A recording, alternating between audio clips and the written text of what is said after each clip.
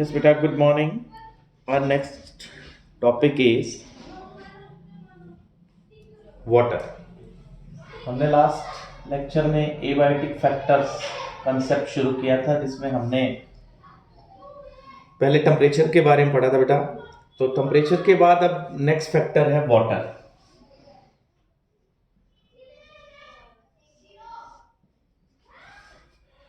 Next to temperature, water is most important factor for influencing the life of organism. Next to temperature, water is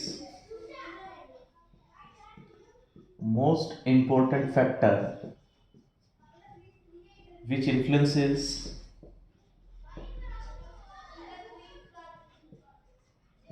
life of organisms.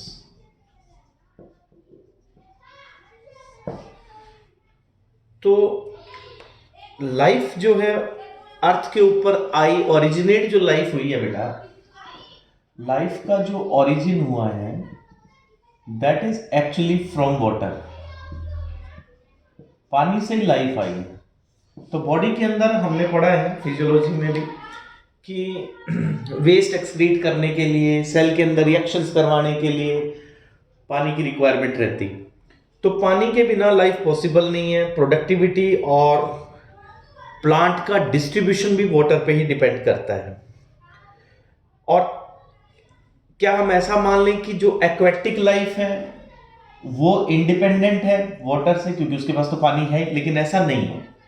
उनकी life भी affect होती है, aquatic life भी affect होती है बेटा pH से और टेम्परेचर से। तो मींस जो फिश है उसके पास भी पानी के कारण प्रॉब्लम आ सकती है, क्योंकि पानी की पीएच अगर चेंज है, पानी का टेम्परेचर चेंज है, ऑक्सीजन लेवल चेंज है, सॉल्ट चेंज है, तो उससे उसकी लाइफ अफेक्ट होती है। कुछ ऑर्गेनिजम्स ऐसे होते हैं जो वाइड रेंज तक जो सॉल्ट कंसंट्रेशन है, सॉल्ट कंसंट्रेशन जो वाटर में है वो वाइड रेंज तक टॉलरेबल है, मतलब सॉल्ट ज्यादा हो कम हो। कुछ एनिमल्स वाइड रेंज में भी सरवाइव कर जाते हैं बेटा। तो जो वाइड रेंज में सरवाइव कर सकते हैं उनको कहते हैं बेटा यूरीहेलिन। यूरीहेलिन हेलोजन ग्रुप हो गया ना सॉल्ट्स का। और जो नैरो रेंज में सरवाइव करते हैं,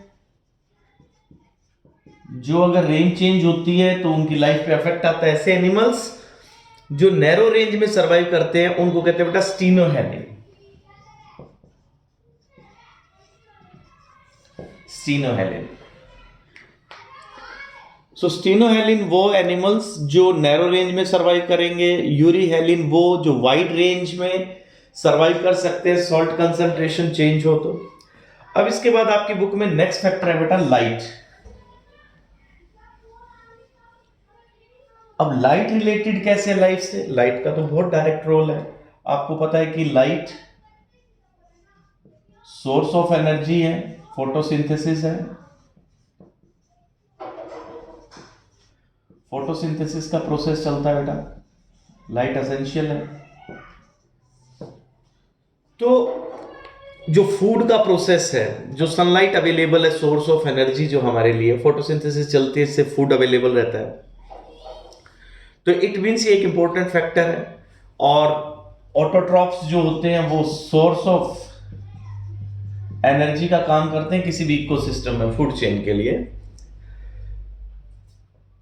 कुछ हर्ब्स और शर्ब्स हैं, छोटे प्लांट्स जो फॉरेस्ट में ग्रो करते हैं और बड़े ट्रीज के पास ग्रो करते हैं, तो उनके पास ऑब्वियसली लाइट कम आती है, क्योंकि कैनोपी के कारण लाइट कम हो जाती है, जो नीचे फिल्टर होकर आती है वही मिलती है।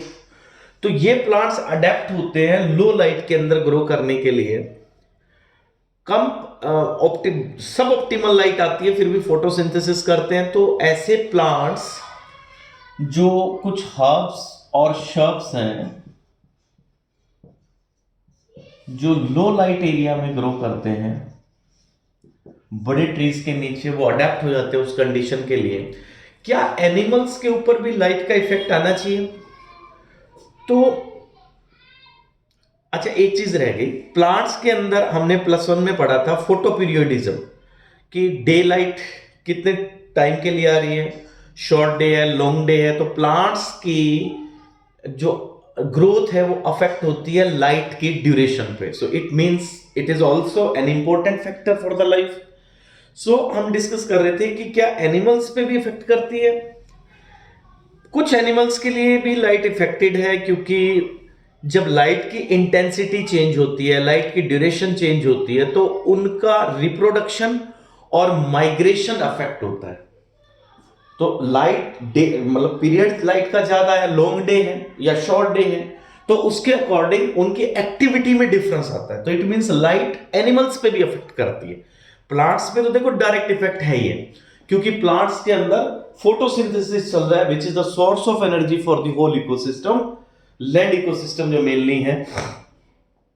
अब जो प्लांट्स डीप सी में, जो प्लांट्स जो एनिमल्स हैं डीप सी में है, जो ऑर्गेनिजम्स हैं, जहां तक लाइट नहीं पहुंचती, डीप ओशियन में, या आपके एनसीईआरटी में भी इसके बारे में पूछा हुआ है कि डीप ओशियन में जहां लाइट नहीं पहुंचती, अभी मैंने कहा कि लाइट सोर्स ऑफ एनर्जी है फॉर द इकोसिस्टम। तो डीप ओशियन में जो ऑर्गेनिजम्स हैं वो कैसे सरवाइव करते हैं? तो वो उन ऑर्गेनिजम्स के लिए लाइट तो अवेलेबल नहीं है, तो फिर क्या होगा?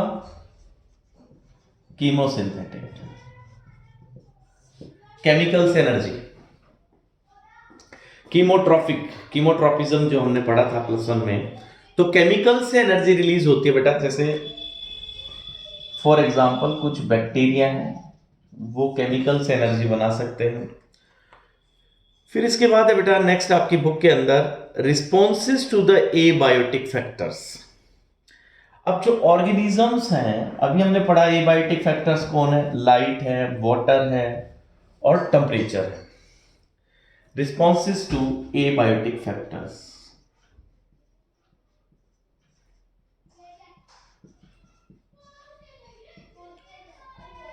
किसी भी इकोसिस्टम में। अच्छा, एक आपकी एनसीईआरटी में ये भी क्वेश्चन है बेटा कि जो डिफरेंट एल्गी हैं, जैसे red algae, brown algae, green algae, ये इनका कलर अलग अलग है, और ये कैसे रिलेटेड है सी में, कि डीपेस्ट वाटर में कौन सी ग्रो करेगी, मिड में कौन है, अपर में कौन है। तो इसका आंसर यूं है बेटा, जो डीप एल्गी हैं वो होंगी रेड, क्योंकि डीप तक कौन सी लाइट पहुंचती है? रेड लाइट पहुंचती है। उससे अबव ब्राउन, और उससे अबव कौन होगा? Green algae. Okay, next concept आपका रिस्पॉन्सेज टू एबायोटिक फैक्टर्स। अब कोई भी ऑर्गेनिज्म जब स्ट्रेसफुल कंडीशन में हो,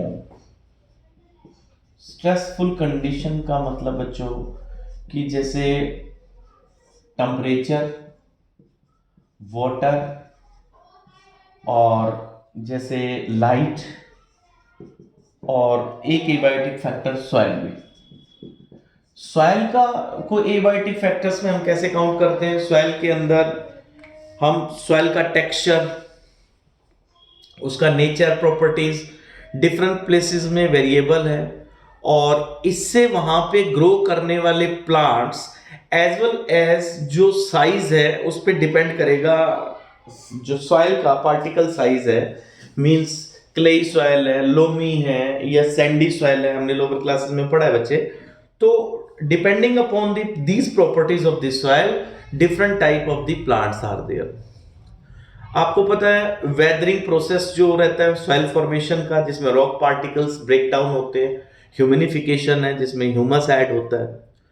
तो वेरियस कैरेक्टरिस्टिक्स हैं सॉइल के, जैसे सॉइल कंपोजिशन, ग्रेन साइज, और जैसे ये percolation rate, water holding capacity, इन सब पे डिपेंड करता है। पीएच ऑफ द सॉइल, उसमें ह्यूमस कितना, ऑर्गेनिक मैटर कितना है, तो इन पे डिपेंड करता है प्लांट्स कैसे होंगे उस जगह पे। तो ये जो एबायोटिक फैक्टर्स हैं, ये जब वेरिएबल होते हैं, चेंज होते हैं, तो ऑब्वियसली जो लाइफ है उस पर इफेक्ट आएगा।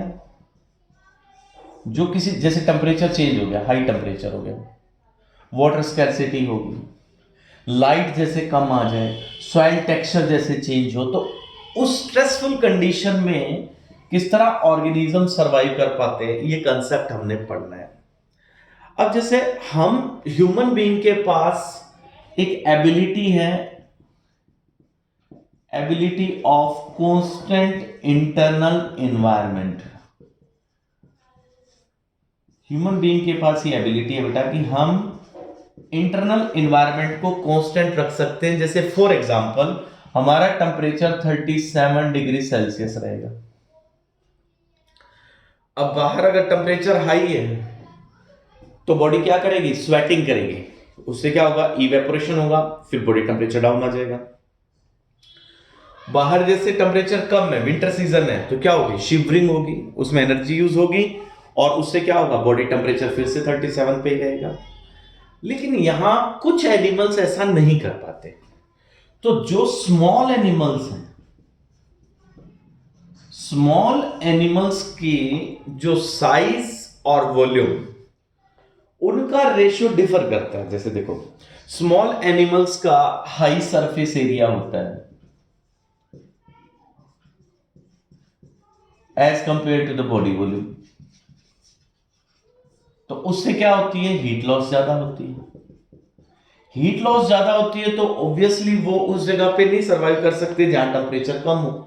तो इसलिए स्मॉल एनिमल्स आपको पोलर रीजन में नहीं मिलते, वो स्ट्रेसफुल कंडीशन के अंदर सरवाइव नहीं कर सकते। तो ये जो प्रोसेस है ability to maintain constant internal environment, इसको हम एक टर्म से डिनोट करते हैं, होमियोस्टेसिस। होमियोस्टेसिस मतलब कांस्टेंट इंटरनल एनवायरनमेंट, ये एबिलिटी है हमारे पास। अब आपकी बुक में एक एग्जांपल दिया हुआ है कि जैसे ह्यूमन बीइंग 25 डिग्री सेल्सियस पे बेटर परफॉर्म करते हैं हम लोग। अगर नॉर्मल हो टेम्परेचर, जैसे गर्मियां हो तो एसी यूज कर लेते हैं हम इस टेम्परेचर के लिए, सर्दियां हो तो हम लोग हीटर यूज करते हैं ताकि हमारी यील्ड ज्यादा हो, वर्क आउटपुट ज्यादा हो।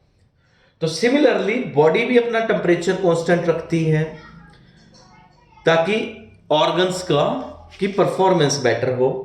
तो अगर चेंज हो इन फैक्टर्स में, स्ट्रेसफुल कंडीशंस हो, तो एनिमल्स कैसे कैसे सरवाइव करते हैं। तो पहला तो एग्जांपल हमारा ही हो गया कि स्ट्रेसफुल अगर कंडीशंस कहीं मिलती हैं ऑर्गेनिजम्स को, तो फर्स्ट है बेटा, कुछ ऑर्गेनिजम्स के पास इन्वायरमेंट को रेगुलेट करने की एबिलिटी रहती है। जैसे अभी अपन डिस्कस किया homeostasis. Some organisms are able to maintain homeostasis by physiological, sometimes behavioral means, which ensures constant body temperature, constant osmotic concentration. तो कुछ के पास ऐसा रहता है। ऐसे कौन है? ऑब्वियसली हम लोग हैं, यानी मैमल्स हैं और बर्ड्स हैं। तो हम अपना body temperature, osmotic pressure control कर सकते हैं। और very few lower vertebrates and some invertebrates capable of such regulation. कुछ ऐसे लोअर इनवर्टिब्रेट्स भी हैं बेटा। सो सक्सेस ऑफ मैमल्स, हम क्यों सक्सेसफुल हैं इस अर्थ पे, क्योंकि हमारे पास ability of constant internal environment है। हम अपने इंटरनल पैरामीटर्स को कांस्टेंट रख सकते हैं, बाहर चाहे कैसा भी इन्वायरमेंट हो, स्ट्रेसफुल कंडीशन हो। सेकंड है बेटा कन्फर्मर्स। रेगुलेट के बाद कन्फर्म। कन्फर्मर्स कौन होंगे? अबाउट 99% एनिमल्स अपने इन्वायरमेंट को कांस्टेंट नहीं रख सकते, can not maintain constant internal environment. ये इंटरनल एनवायरनमेंट को कांस्टेंट नहीं रख सकते। बाहर जैसा एनवायरनमेंट होगा, मींस बाहर लो टेम्परेचर है, इनका भी टेम्परेचर लो आ जाएगा, जैसे हमने पहले पढ़ा था कोल्ड ब्लडेड। तो conformers means those which cannot maintain a constant internal environment. Their body temperature changes with the environment, their osmotic concentration changes, their body fluid osmotic pressure बाहर जैसा होगा वैसे अंदर चेंज हो जाएगा। सो ऐसा क्यों नहीं कर पाते हैं? इनमें इवोल्यूशन में ऐसा करैक्टर नहीं आया बेटा।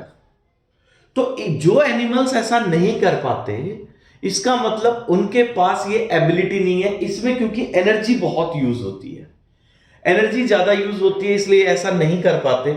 जैसे मैंने अभी आपको एक एग्जांपल दिया था, स्मॉल एनिमल्स जो होते हैं वो पोलर रीजन में नहीं मिलते।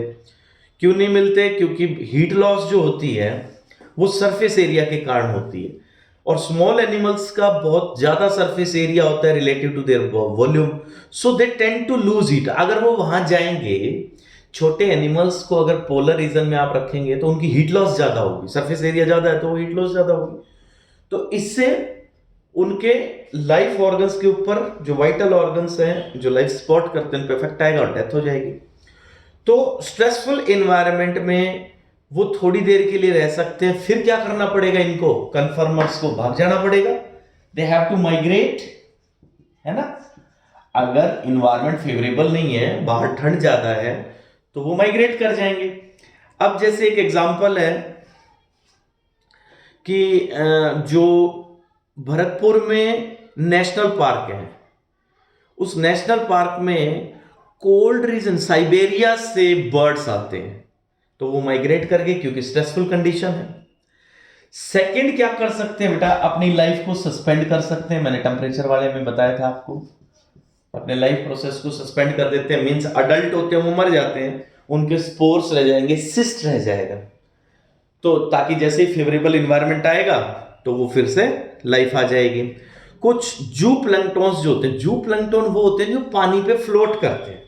देखो प्लैंक्टॉन अपन लोअर क्लासेस में पढ़ा है ना बेटा, प्लैंक्टॉन का मतलब unicellular floating on the water, उनको क्या कहते हैं? प्लैंक्टॉन।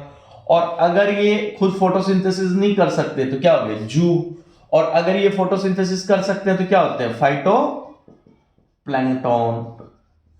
तो जू प्लैंक्टॉन, फाइटो प्लैंक्टॉन्स, ये जब लेक्स में होते हैं और अनफेवरेबल कंडीशन आती है तो वो सस्पेंडेड डेवलपमेंट में चले जाते हैं। सस्पेंडेड डेवलपमेंट मतलब उनकी ग्रोथ रुक जाएगी। तो स्ट्रेसफुल कंडीशन अगर आई तो वो अपनी डेवलपमेंट को रोक लेंगे, कुछ टाइम के लिए सस्पेंड कर देंगे। तो इसको क्या कहते हैं बेटा? डायापॉज। देखो बटन होती है ना, डायापॉज। पॉज का मतलब आप एक बार टेम्परेरीली रोक लेते हैं, जैसे आप सॉन्ग रोक लेते हैं ना मोबाइल में, म्यूजिक में जाकर के, तो पॉज का मतलब स्टॉप कर रहे हैं आप, टेम्परेरीली सस्पेंड कर रहे हैं लाइफ को। तो डायापॉज यहां टर्म उसी से रिलेटेड है। इसके बाद नेक्स्ट कंसेप्ट है बेटा अडेप्टेशंस, वो नेक्स्ट लेक्चर में करेंगे। Thank you, have a nice day.